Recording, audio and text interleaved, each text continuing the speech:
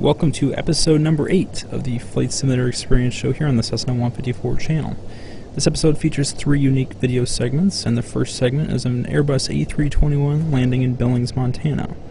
The Airbus A321 has definitely not been the favorite for many flight sim enthusiasts, but I've started to really enjoy this aircraft more as I give it a chance to really show its capabilities in the simulator. Of course, it is a default aircraft, and because of that, it's limited in many ways.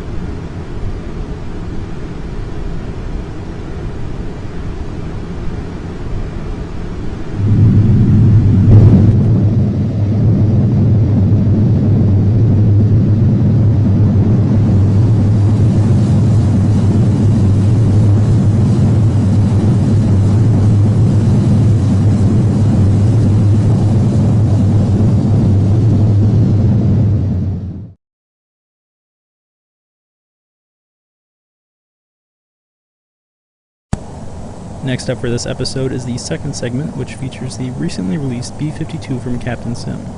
This paper add-on is just the exterior model and nothing else. This add-on is for those of you who like to look at a great aircraft, but not necessarily experience the most realistic flying dynamics, sounds, and cockpit setups. If you want additional information on this paper aircraft from Captain Sim, please visit the link in the sidebar.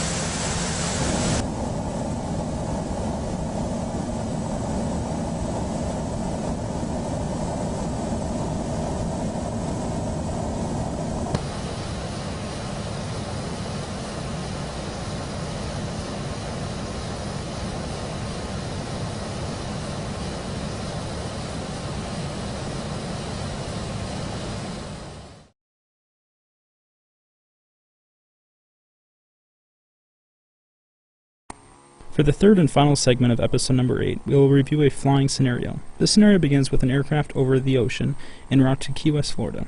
The aircraft is approximately 30 miles away from land, and the remaining fuel in the aircraft is critically low.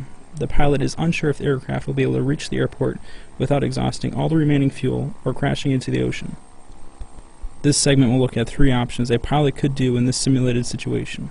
The first option is to cut the fuel flow to one of the engines and fly the aircraft using only one engine.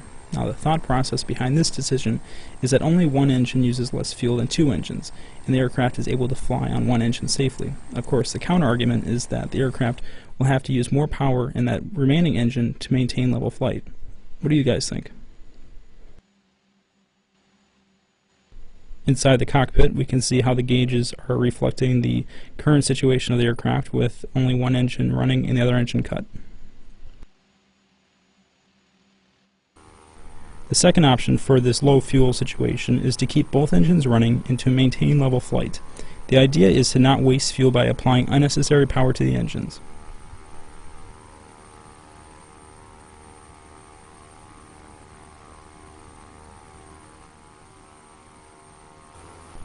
The third option for this scenario is to apply maximum power to both engines and climb rapidly to a higher altitude. Obviously, this option will use the remaining fuel supply faster, but the argument is that the aircraft can glide much further once you reach a higher altitude.